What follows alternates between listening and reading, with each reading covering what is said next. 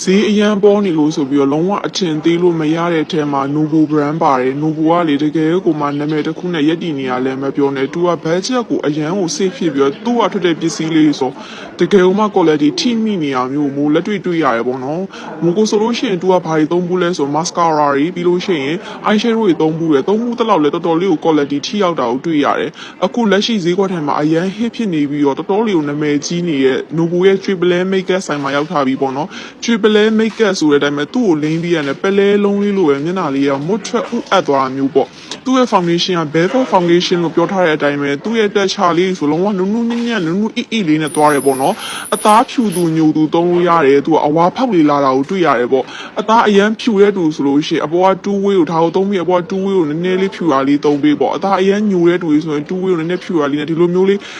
အစားထိုးပြီးသုံးလို့ရတယ်ပေါ့နော်ဒါပေမဲ့ဘဲကိုမိုက်တာတိလာမို့ကိုအခုစမ်းပေးထားတယ်လုံးဝပို့ကြည့်လိုက်တဲ့အခါမှာလည်းလုံးဝနုနုညံ့လေးနဲ့အသားတွေကိုချက်ချင်းကိုမှအသားနဲ့တစ်ထက်ထဲကျသွားတာကိုတွေ့ရတယ်ပေါ့နော် Triple A makeup တကယ်နာမည်ကြီးရတယ်ပြောတယ် Novo ကဈေးတက်တန်လေးနဲ့ quality တကယ်ကိုမှထိမိနေတဲ့အရာတွေကိုပေးရပေါ့နော်